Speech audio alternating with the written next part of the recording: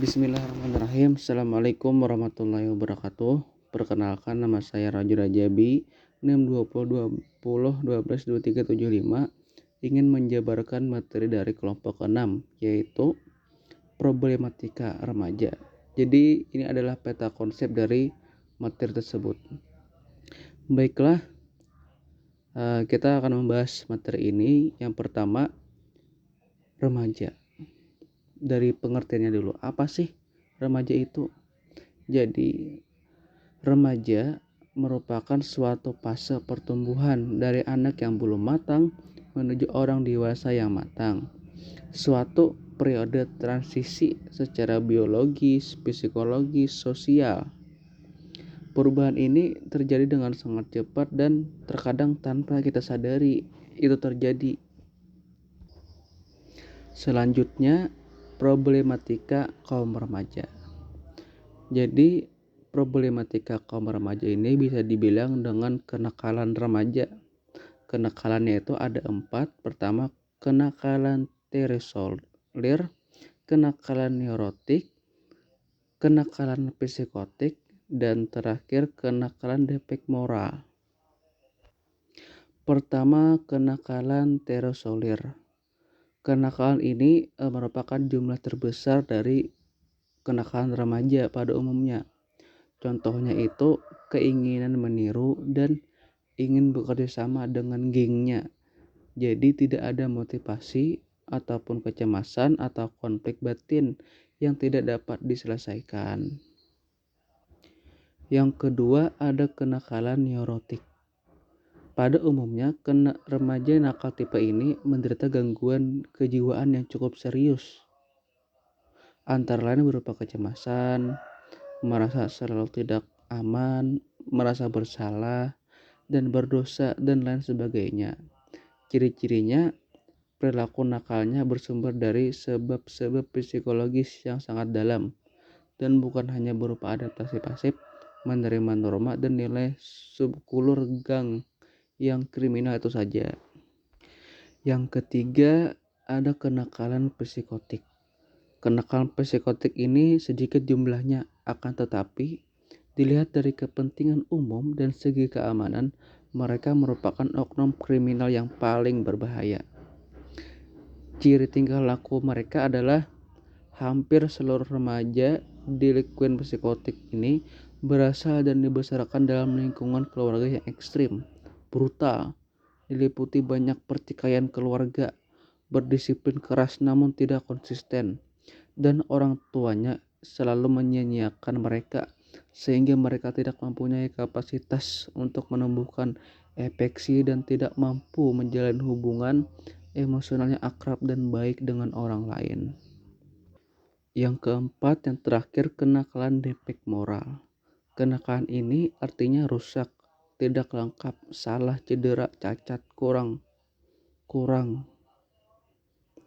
Contohnya, selalu melakukan tindakan antisosial, walaupun pada dirinya tidak terdapat penyimpangan, namun ada disfungsi pada inteligensinya.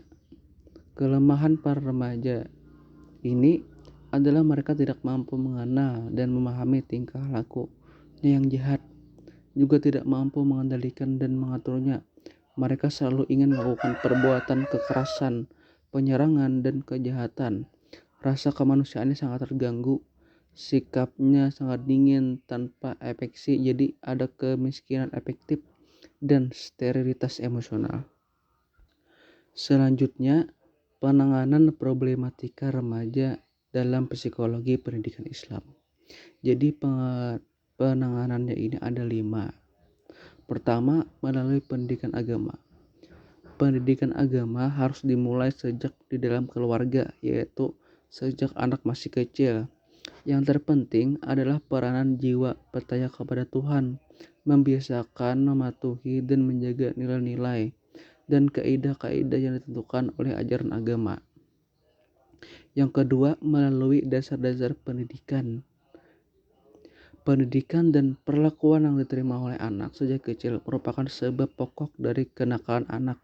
Maka dari itu orang tua harus mengetahui dasar-dasar pengetahuan tentang jiwa anak, dan pokok pendidikan yang dilakukan dalam menghadapi bermacam-macam sifat anak. Yang ketiga, melalui pengisian waktu luang yang teratur. Cara pengisian waktu luang adalah jangan membiarkan anak mencari jalan sendiri, terutama anak yang menginjak remaja, karena anak pada masa ini banyak menghadapi perubahan yang bermacam-macam dan banyak menemui problem-problem pribadi. Apabila tidak pandai mengisi waktu luang, maka nanti akan terjerumus ke hal-hal yang tidak diinginkan. Yang keempat, melalui membentuk kelompok-kelompok bimbingan dan penyuluhan. Dengan adanya kelompok-kelompok bimbingan dan penyuluhan di setiap sekolah untuk menampung kesukaran anak-anak nakal merupakan salah satu cara dalam penanggulangi persoalan kenakalan remaja. Dan yang kelima, yang terakhir, melalui pengembangan ajaran agama. Hal ini dapat menghindarkan masyarakat dari kerendahan budi dan penyelewengan yang dengan dirinya anak-anak juga akan tertolong.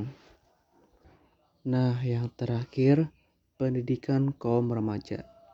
Pengaruh pendidikan agama di sekolah di kalangan remaja baru dapat terbentuk bila guru yang bersangkutan memiliki personalitas yang bulat dan utuh dengan keyakinan penuh terhadap kebenaran agama yang diajarkan, berwibawa, terampil dalam menerapkan metode yang sesuai dengan tingkat usia dan kebutuhan remaja, di samping lingkungan motivasional yang terjadi harus benar-benar dapat memberikan dorongan positif kepada berkembangnya penghayatan terhadap ajaran agama.